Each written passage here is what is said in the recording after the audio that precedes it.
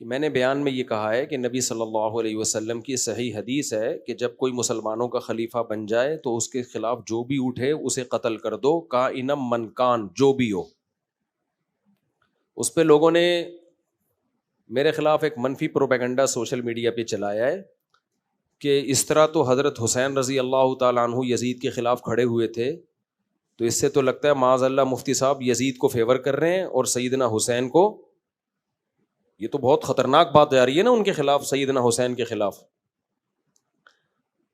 میں یزید جیسے کروڑوں اربوں حکمرانوں کو سیدنا حسین کی خاک کیا بلکہ سیدنا حسین کے ساتھ جو کربلا میں اہل بیت تھے، بچے تھے، خواتین تھیں جو ان کے رشتہ دار تھے، ان میں سے کسی کی خاک کے برابر بھی کروڑوں یزیدوں کو قربان کر دوں۔ سمجھ رہے ہو؟ ہماری نظر میں یزید کی سیدنا حسین کے مقابلے میں کوئی ویلیو نہیں ہے۔ ویلیو کا لفظ توہین ہے سمجھتا ہوں یہ، جیسے ہمیں تو حسین کا پتہ ہی نہیں ہے اور ہم گویا معاذ اللہ یزید کو حسین پر ترجیح دے رہے ہیں، معاذ اللہ نقل کفر۔ یہ تو اہل سنت والجماعت دور کی بات، تو انسان کو اسلام سے نکال دے یہ چیز۔ سیدنا حسین رضی اللہ تعالی عنہ یزید کے خلاف آپ نے خروج کیا ہی نہیں ہے۔ یہ جو صحیح مسلم کی حدیث ہے نا کہ مسلمانوں کا جب کوئی خلیفہ بن جائے اس کے مقابلے میں جو کھڑا ہو اس کو قتل کر دو، یہاں کھڑے ہونے کا مطلب کیا ہے؟ کھڑے ہونے کا مطلب جو اس کے خلاف بغاوت کے لیے کھڑا ہو، کیونکہ اس سے مسلمانوں میں خون خرابہ بہے گا، اسلامی حکومت دو حصوں میں تقسیم ہوگی۔ سیدنا حسین بغاوت کے لیے کھڑے نہیں ہوئے، تفتیش احوال کے لیے گئے ہیں۔ کوفہ سے آپ کے پاس بہت سارے خطوط آئے ہیں کہ یہاں آپ کے لیے ماحول سازگار ہے، آپ یہاں آئیں، لوگ آپ کے ہاتھ پہ بیعت ہو جائیں گے۔ اگر وہ تلوار سے لڑنے کے لیے جا رہے ہوتے یزید کی حکومت کے خاتمے کے لیے تو وہ خواتین اور بچوں کے ساتھ تھوڑی جاتے، وہ تو پورا ایک لشکر لے کے جاتے لڑائی کے لیے۔ کربلا میں سیدنا حسین ابن علی رضی اللہ تعالی عنہ تو خواتین اور بچوں کے ساتھ تھے، اہل بیت کے ساتھ تھے۔ اگر یہ جنگ کے لیے جا رہے ہوتے، بغاوت کے لیے جا رہے ہوتے تو فوج لے کر جاتے۔ وہ دنیا میں کبھی آپ نے دیکھا کوئی بغاوت کے لیے حکومت کے خلاف مسلح بغاوت کے لیے جا رہا ہو اور اپنے گھر کی خواتین کو بھی لے کے جا رہا ہو؟ یہ خواتین کے لیے کو لے کے جانا اس کی واضح دلیل ہے کہ آپ کا بغاوت کا ارادہ نہیں تھا۔ تو اس لیے میری وہ جو میں نے حدیث بیان کی ہے، جو میں نے خود نہیں، پیغمبر کی، آپ گوگل پہ سرچ کر لو یہ حدیث، کائنم من کان کے الفاظ لکھ لو عربی میں، یہ حدیث آ جائے گی آپ کے سامنے کہ مسلمانوں کا جب کوئی خلیفہ بن جائے تو اس کے مقابلے میں جو بھی کھڑا ہوگا اس کو قتل کر دیا جائے گا۔ تو کھڑے ہونے کا مطلب کیا ہے؟ اس طرح نہیں جیسے سیدنا حسین کھڑے ہوئے ہیں، باقاعدہ تلوار لے کے بادشاہ کو قتل کرنے کے لیے جائے تاکہ اس کی حکومت کو گرا کے ہم دوسری حکومت قائم کریں۔ یہ بغاوت ہے جس کو مسلح بغاوت کہتے ہیں، جس کو خروج کہتے ہیں۔ یہ جائز نہیں ہے اور حضرت حسین نے یہ کام کیا نہیں ہے۔ اس کی سب سے بڑی دلیل، یہ کرنے گئے ہوتے تو خواتین اور بچوں کے ساتھ مت جاتے۔ وہ سمجھتے ہو کہ نہیں سمجھتے؟ وہ تو تفتیش احوال کے لیے گئے تھے۔ تبھی تو ہم کہتے ہیں سیدنا حسین کا قتل انتہائی مظلومانہ ہے، کیونکہ آپ بغاوت کے لیے نہیں آئے، پھر بھی آپ کے ساتھ سلوک وہ کیا گیا جو باغیوں کے ساتھ کیا جاتا ہے۔ اس سے تو حضرت حسین کو ہم فیور دے رہے ہیں۔ دیکھو ایک آدمی حکومت کے خلاف جاتا ہے بغاوت کے لیے نہیں، اپنے مطالبات منوانے کے لیے، گورنمنٹ اس کو قتل کر دیتی ہے، تو ہم گورنمنٹ کو فیور کریں گے یا اس مظلوم کو فیور کریں گے؟ مظلوم کو فیور کریں گے۔ بھائی ایک شخص آپ کی مطالبہ کرنے کا تو حق ہے نا، کلمۃ حق عند السلطان الجائر، حدیث میں آتا ہے سب سے افضل جہاد یہ ہے ظالم بادشاہ کے سامنے حق بات کہنا۔ حق بات کہنا سب سے افضل جہاد ہے۔ حق بات کہنا الگ چیز ہے، بادشاہ کے خلاف تلوار اٹھا کے اس کو قتل کرنے کی کوشش کر کے دوسرا امیر بنانا جبکہ وہ بادشاہ بن چکا ہو، یہ الگ چیز ہے۔ شریعت میں دوسرا عمل ناجائز ہے، پہلا عمل صرف جائز نہیں بلکہ لازم ہے۔ سمجھتے ہو کہ نہیں سمجھتے؟ اس پہ بعض لوگوں نے کمنٹس کی ہیں کہ اچھا پھر کوئی بھی طاقتور ہو اس کے خلاف نکلنا جائز نہیں ہے۔ بھائی طاقتور کی بات نہیں ہو رہی، کس کی بات ہو رہی ہے؟ خلیفہ کی، بادشاہ کی۔ تو یزید ظالم تھا، جیسا مرضی تھا، لیکن بہرحال قوت نافذہ تھی۔ نافذہ کا مطلب مگر بن چکا تھا، وہ بادشاہ خلیفہ بن چکا تھا۔ بخاری کی حدیث ہے، اسمعوا واطیعوا ولو سلط علیکم رجل حبشی کأن رأسہ ذبیبہ۔ نبی صلی اللہ علیہ وسلم نے فرمایا السمع والطاعہ، سنو اور اطاعت کرو، یعنی جائز چیزوں میں، ناجائز کی بات نہیں ہو رہی ہے یہاں پہ۔ اگرچہ تم پر ایک حبشی غلام مسلط کر دیا جائے، یعنی سلیکشن سے نہیں آیا وہ، طاقت کے زور سے ایک نااہل آدمی نے حکومت کی باغ ڈور اپنے ہاتھ میں سنبھال لی ہے, تو اب آپ اس کے خلاف مسلح بغاوت نہیں کر سکتے. کیوں؟ سوال پیدا ہوتا ہے کیا اللہ تعالیٰ ظالم کو ایسے ہی چھوڑ رہے ہیں, ظالم بادشاہ کو؟ بھائی اللہ ایسے ہی نہیں چھوڑ رہے. اللہ کہہ رہے احتجاج کرو, اس کے سامنے جا کے حق بات کرو, بے شک تمہیں قتل کر دے.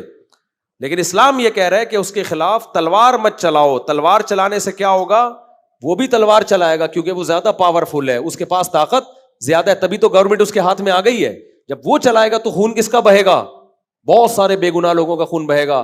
تو اسلام اجتماعیت کو برقرار رکھنے کے لیے, قتل و غارت سے بچانے کے لیے, اسٹیٹ کے وجود کو بچانے کے لیے اسلام آرڈر دے رہا ہے کہ بڑی برائی سے بچنے کے لیے چھوٹی برائی کو برداشت کر لو.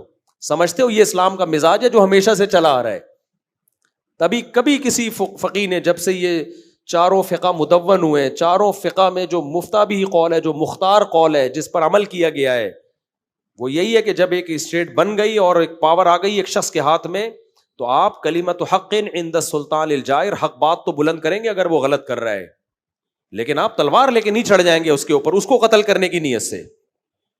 اس کا نقصان یہ ہوگا کہ بھائی, تبھی حدیث میں آتا ہے کہ یہ کام جو بھی کرے, کائنم من کان, جو بھی کرے چاہے وہ نیک ہی کیوں نہ ہو, فرمایا اس دوسرے کو قتل کر دو. اس لیے کہ اس سے امت میں کیا پیدا ہوگا؟ انتشار. جیسے عبد الرحمن اشعث نے کیا تھا, بہت بڑے آدمی تھے وہ, حجاج بن یوسف ظالم تھا, انہوں نے مسلح بغاوت کی اس کے خلاف, تو نتیجہ حجاج کو تو نقصان نہیں ہوا, حجاج پاورفل تھا, اسلامی اسٹیٹ کی ایسی کی تیسی ہو گئی, ہزاروں تابعین, صحابہ اور بڑے بڑے بزرگوں کو حجاج نے قتل کر دیا. تو عبد الرحمن ابن اشعث ظلم کو ختم کرنے کے لیے نکلا تھا, لیکن ظلم ختم نہیں ہوا بلکہ ظلم اس سے بڑھ گیا. ہم اپنے گھروں میں بھی تو مصلحت سے کام لے کے چلتے ہیں نا. کتنے لوگ ہیں بیوی نالائق ہے, برداشت کر رہے ہیں, یار چھوڑ دیا تو بچوں کا کیا ہوگا. کتنے شوہر نالائق ہیں, بیوی برداشت کر رہی ہے, طلاق لے لی تو کہاں جاؤں گی, گھر ابھی تو گھر بھی تو ملا ہوا ہے نا. تو پوری دنیا کا نظام جس اصول پہ چل رہا ہے وہ اصول یہ ہے کہ بڑی مصیبت سے بچنے کے لیے چھوٹی موٹی مصیبتوں کو برداشت کیا جاتا ہے. تو اسٹیٹ کو بچانے کا بھی شریعت نے یہ اصول رکھا ہے کہ آپ اسٹیٹ کو سیدھا کرنے کا وہ طریقہ اختیار کریں کہ اسٹیٹ ٹکڑوں میں تقسیم ہو جائے. اس سے بہتر ہے کہ اس ظلم کے خلاف کسی اور طرح سے آواز اٹھاؤ, اس طرح سے آواز نہ اٹھاؤ کہ اسٹیٹ کا وجود خطرے میں پڑ جائے.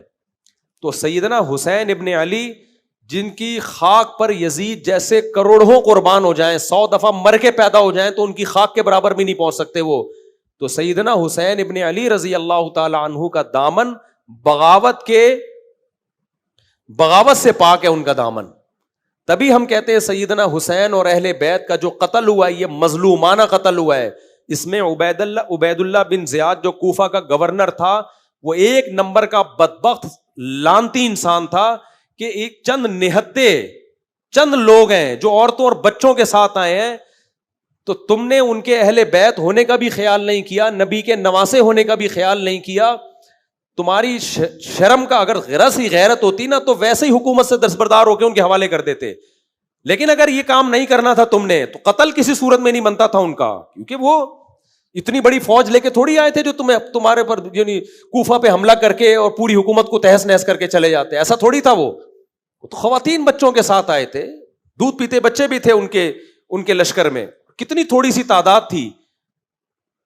اس لیے جب ہم کہتے ہیں سیدنا حسین بغاوت کے لیے نہیں نکلے, تو ہم سیدنا حسین کو فیور دے رہے ہیں, اس میں ان کے اگینسٹ نہیں جا رہے ہیں کہ گورنمنٹ لیول پہ ان کا قتل کی کوئی تک بنتا ہی نہیں ہے. تو عبید اللہ بن زیاد جیسے لانتی انسان نے نہ نبی کے نسب کا خیال کیا, نہ خواتین کا خیال کیا, نہ بچوں کا خیال کیا, اور نہ سیدنا حسین کے چہرے کے نور کا خیال کیا, نہ 10 محرم کے دن کی پاکیزگی اور برکت کا خیال کیا.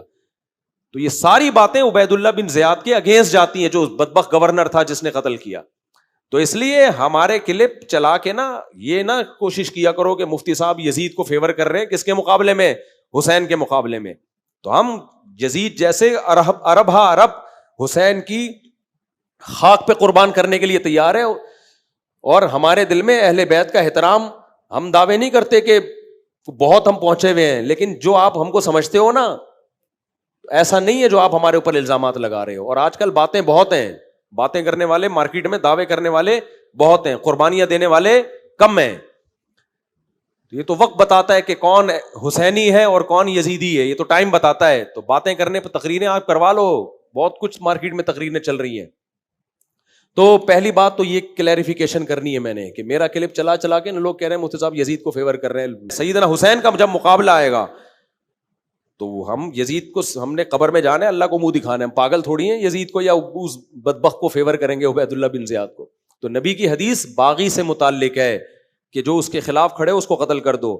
یہ حدیث باغی سے متعلق ہے اور سیدنا حسین باغیوں میں آپ کا شمار نہیں ہوتا، نہ آپ بغاوت. اس کی سب سے بڑی دلیل آپ کا عمل ہے، جو بغاوت کے لیے جاتا ہے خواتین اور بچوں کے ساتھ نہیں جاتا.